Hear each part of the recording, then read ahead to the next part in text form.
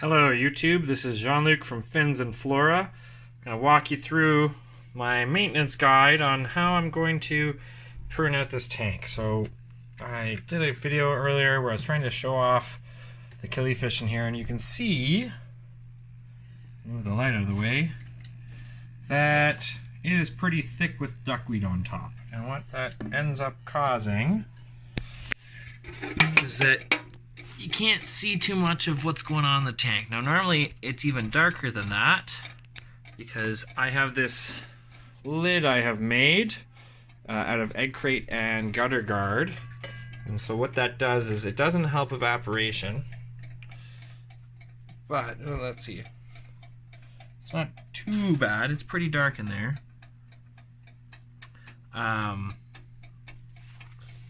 And what this does is this is to filter the light.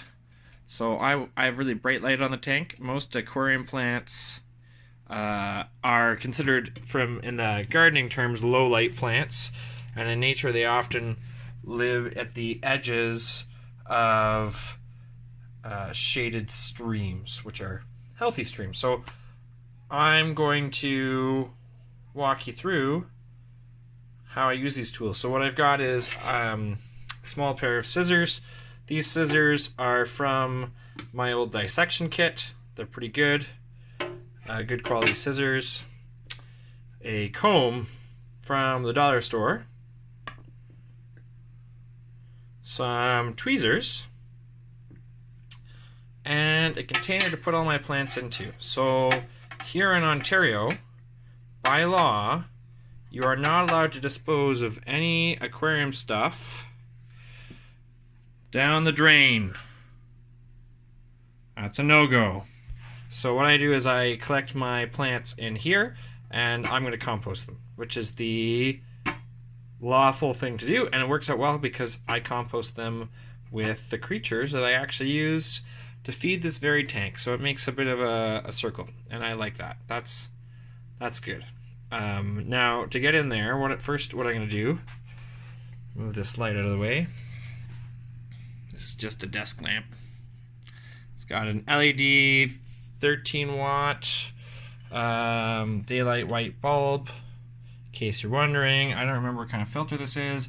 There's no filter media in there. I stuck one plant of Ludwigia repens in there, and it's gone like this.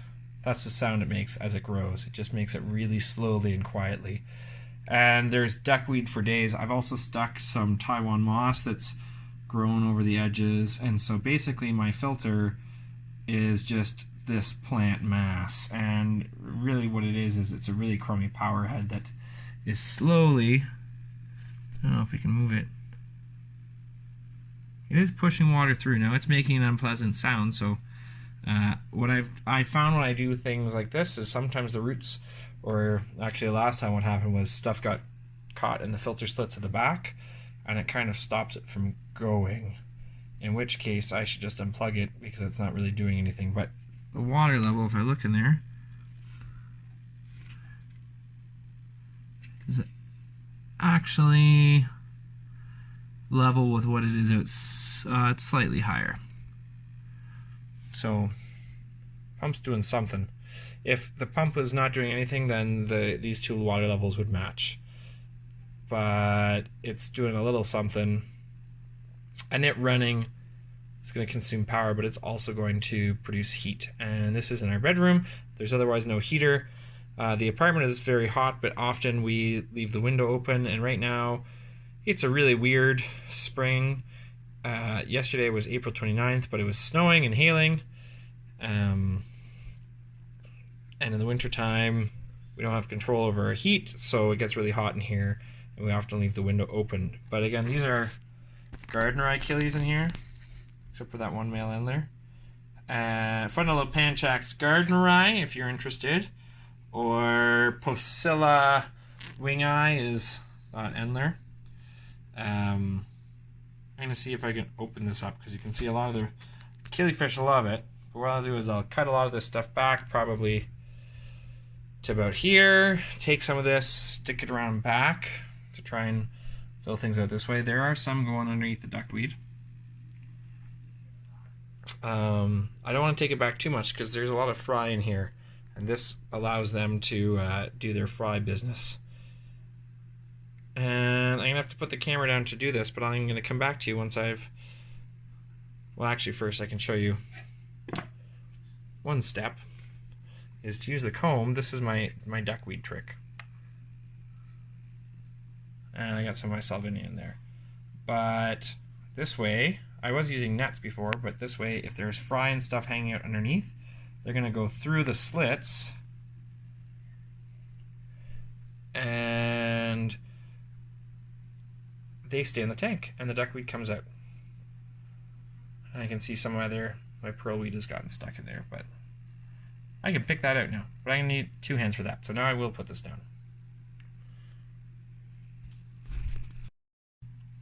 Alright, so what I've got so far is I've pruned out some of the Ludwigia repens, and I'm saving this in a pot.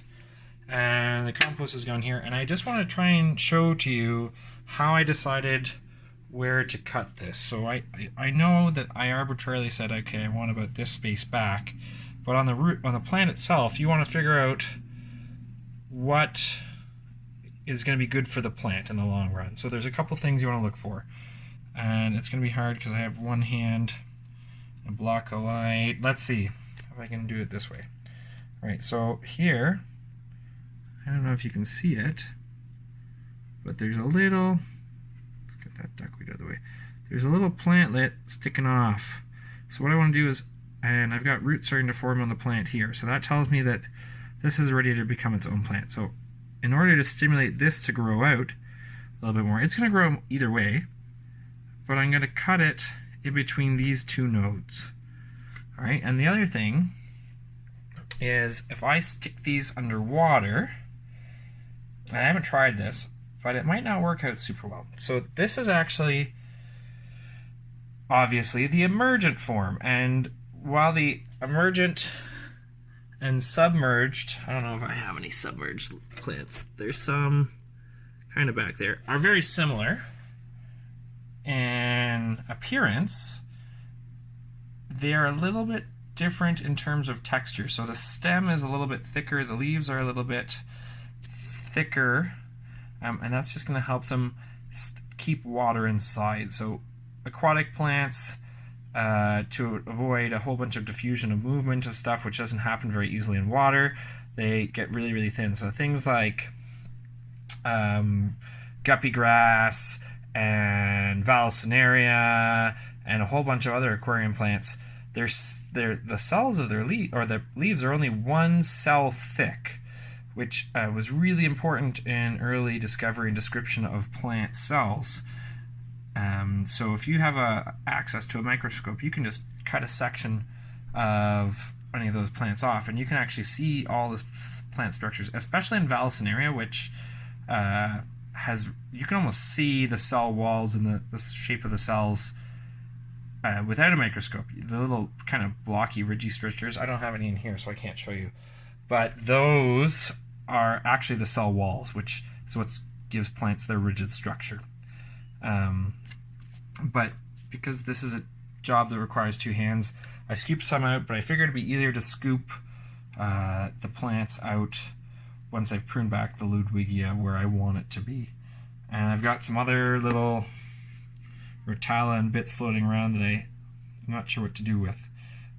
This would like to be rooted. So if you ever see little roots like this, these are aerial roots.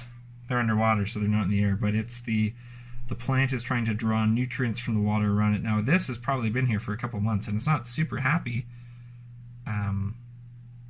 but this is going to help it draw nutrients from the water, because this plant, its leaves are a little bit thicker, and so it can't get all the stuff it needs nicely through the leaves, and so it would prefer substrate, but it's going to do its best. So if you ever see things like Cambamba or Ludwigia, or kind of any stem plant that's throwing out roots, kind of long, hairy roots along its stem, that's its way of saying, oh, I'm having a hard time getting my nutrients up from my roots that are actually in the soil, or there's not enough nutrients in the soil, and I'm going to supplement from the water column, and typically where you start to see those, you can cut those, and if you trim off some of the leaves just to make it easier, you can stick that in the substrate, and that's ready to grow, which is good. All right, so we're going to get back to this. I'll check in with you in a little bit.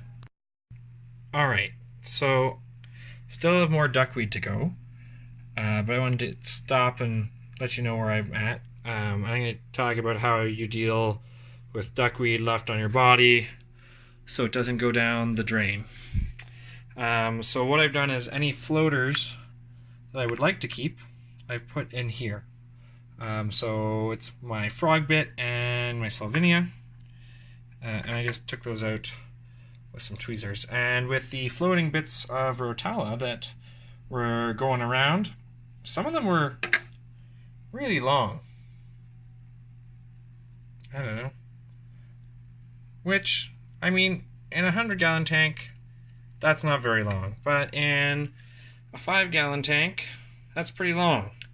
And the really handy thing about that, at least for this tank, is because the cap, because this is a dirted tank, because the cap has such big rocks, it's kind of a pain in the butt to get stuff into it. So it's really helpful to have long, the fish are starting to freak out, long, thin things. So what I think I might do, it will depend on how the fish are responding. Now there is a spawning mop back there, but with my hands in there, the males are stuck together and are starting to fight with each other. So I'm gonna maybe finish up in here and feed soon. But I might cut some of these long pieces down and stick them into the substrate. And they'll just have just the tip sticking out like some of the stuff over here. So I might give that a go to try and thicken that up, because things don't spread out. Well, thankfully he ran away. So the males.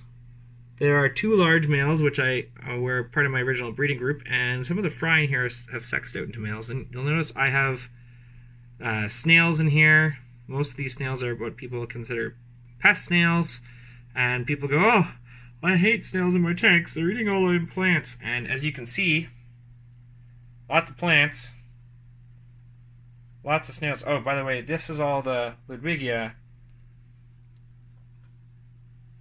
I have cut out. Now, I could not take this to, say, a pet store to try to sell it, because, actually this is a poor example of this, but this stem I could. If I put this into a pot, it would straighten out pretty easily. But most of them, because I've grown them sideways, they grow and they have a lot of roots sticking down, and they're less aesthetically pleasing. Now, if you stick them in a pot and leave them for a couple days in one of your tanks, they will straighten themselves out a little bit. It's really amazing how much plants will move from day to day. But and I do have a store that will take my Ludwigia, or has taken some of my Ludwigia, depending on how well it sells. They may or may not take more. And I'm all right with that. I don't mind not being able, and some of these are not nice pieces. Now that doesn't mean that they're compost. As you can see, this is my compost bin. Some of these I'm going to stick to try and fill in the back, and I might try to get draping over this way. So it's not a lost cause. The other thing is that it's about to be May tomorrow, and there's a pond at my father's house that I stock and run for him, and this is a North American, not Canadian, but North American species. So as soon as it starts to warm up and the weather stops being kind of weird, my hope is to put it in, and I might make a video about that, or I might just post pictures of it on my Instagram account. But I've set up this cascading waterfall, and it'd be really cool to have this kind of growing and doing what this is doing, but in that waterfall. And it's really helpful that this is kind of already in the emergent form, so that, because our pond season is not super long here. We only got like 2, 3, maybe 4 months, depending on what you put in the pond. And so if I can speed up that process and make a cascade. Last year, some of this actually was going in the pond, but his pond stuff didn't work out very well. But I digress. What I'm considering doing now, depending on how much it disrupts the fish, and I got other stuff to do tonight, so I might not get to it, but to take some of this and cut it almost right down to the base, so I've got a long section, and thicken this up. And I might do that just at the front here where I would like more plants. At the back, I've done it before to make the front, and it needs some work. Now, that's not algae in there. You can't see it very well, but there's some willow moss, Fontinalis, that has been growing in there. Fontinalis pyretic or something like that. So that, I kind of like how that's going. I don't want to disrupt that, but I would like to prune some of that Rotala back. So we'll see. But I'll check back in with you in a little bit. So here I am. I've got as much duckweed as I would like to remove out of the tank. I ended up cutting a bunch of the Rotala and sticking it in, and we'll see how things go. And what I've hopefully done is opened up a bunch of light. Now, what do I still have to do? I put in some of the Ludwigia, as much as I want to put back in, and the rest I'm going to let grow. You can see there's lots of little shoots ready to go. And this is how much I'm left with. So there's, I don't know, probably 10 stems at least in here.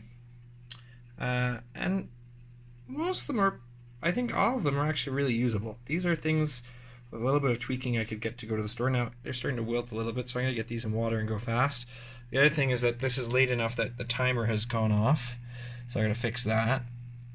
Which means I'm also late on feeding, and I've now opened up all these little fry. I don't know if you can see, there was one hanging out there. Oh, yeah, I spooked him. But the grown-ups are pretty big. Those are good-sized fish. I mean, not like monster fish big,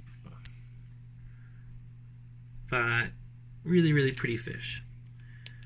And they're super predatory, which is kind of cool. So people like monster fish because they're really predatory, but you can have that in a small tank. And really, really colorful, beautiful fish, but built like a little pike.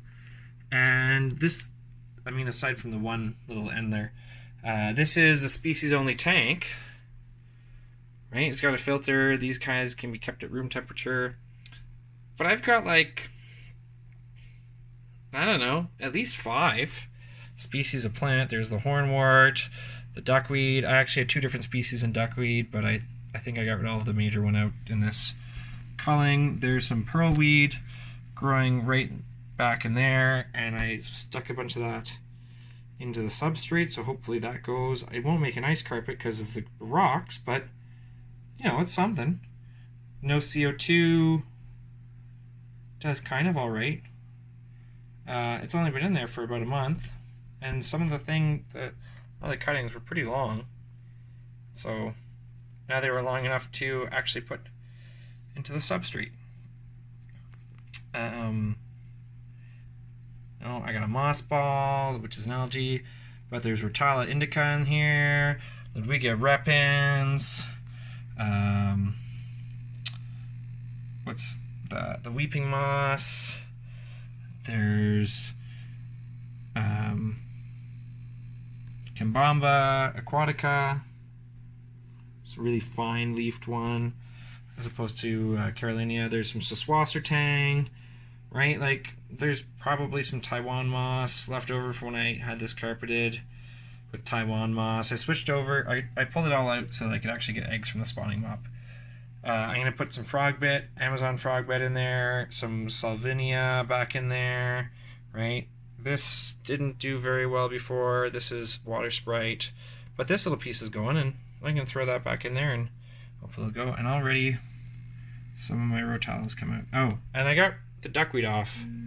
Now to do that, all I did was swish my hand. I can do it because I'm going to get more when I do this. So to plant this guy, I'm going to take, this is really hard, the camera, there we go. I'm going to take this guy, find a spot that I like, jam them down in there. Hopefully I don't let loose like 5 more plants while doing that.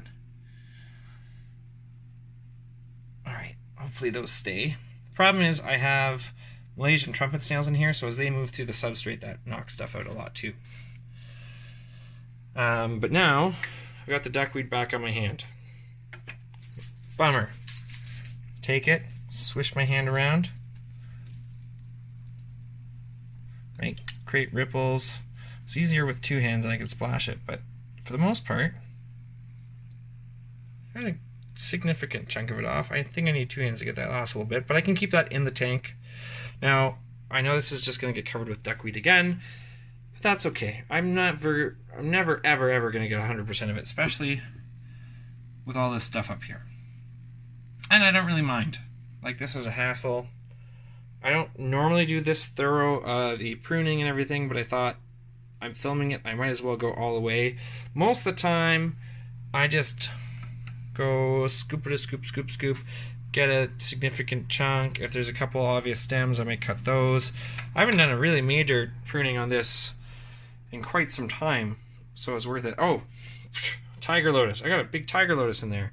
And right now I've kind of let it go up to the top, but because all this other stuff's going on, what I'm going to do, let the other stuff have a chance, is I'm going to take those upper leaves, go snip, snip. If you keep pruning it, it stops throwing up really, really tall leaves. And what you do is the growth pattern I've noticed on it is it likes to put up a new leaf. Well, every once in a while it'll try to throw a leaf up to the top, and if you snip that, it goes, ooh, something's grazing me at the top, and it doesn't throw leaves up that far. And what it'll start to do is it puts a leaf up just above. This one I'm not even going to snip with my fingers. I'm going to snip it with my fingers, not my hands. So it's and then it'll put a new leaf just above these ones. And I mean, it doesn't do super well in this tank. It does about as well as I see it for sale in most pet stores. So yeah, how I got this planted in here was I have an actual tuber that I bought for $5, which was awesome. It's made all my, I bought it like 6 months ago and I'm still getting new things out of it. But basically I go, I want tiger lotus here, and I just put the tuber on top of my substrate, and eventually, because it can't get knocked around, the roots go way down, and then I just find where it's connected to the tuber, I cut that, and I take the tuber out, and then I'm left with my plant there, and I might end up with 2 or 3 little plantlets, and that is the way I plant it in rocky gravel like this. And you could have mulm and stuff down there, but it'll go. Alright, some people say you need, and I mean, this is a dirted tank, but this is really big gravel as a cap, and I have it in my 10-gallon in the living room that is just aquarium gravel. Now it's got mulm up to here, and it's functionally become a dirted tank because I don't gravel vac it, and I do that on purpose because this is the good stuff. Why would I take the good stuff out? Make up with the phosphates and the nitrates. Yeah, but people like do it themselves. Oh, so these are, I was talking about aerial roots earlier. These are roots that have started to split out and are less like aerial roots and more like what they would shoot out underground.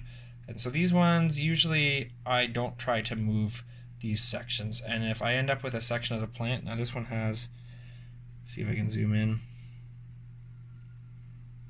Focus. A bunch of little baby plants would eventually you end up with like a scraggly, gnarly bit with not a whole lot of plantlets, or just 1 or 2. So I just cut those little plantlets off at that point, and wait for them to grow out, and then eventually I'll just compost this little bit of stem. I'm sure it'll bounce back for more, but I haven't done that. Anyways, and at this point, I gotta finish up because also these guys are wilting because now they're not now. And when I put this stuff back in, more duckweed will be released.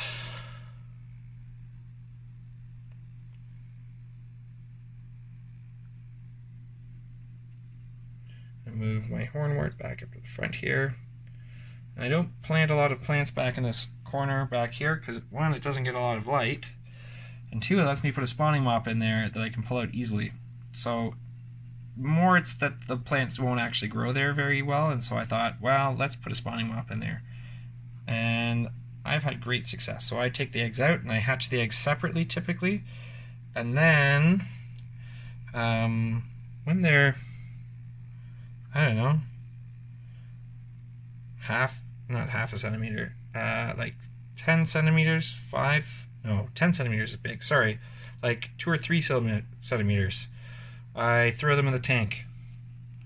And I've thrown quite small fry in here, and I don't know if they're still alive, but people are growing up, sexing out. Now, I was growing them in an in-between fry tank, and I have another video about, well, I've got a couple videos about me trying to breed rainbow fish, and spoiler alert, if you haven't read them, I ended up with fry, but I didn't end up with any of them growing because I was growing them out in the same tank as the Gardneri. Even though Gardneri fry could get about, actually, that big and be starting to sex out, they wouldn't eat their, or I wasn't finding them eating as many of their younger siblings. There could be little tiny Gardneri this big swimming around with them. But the rainbow fish either got eaten by the Gardneri or just didn't do well in how that tank was set up. And now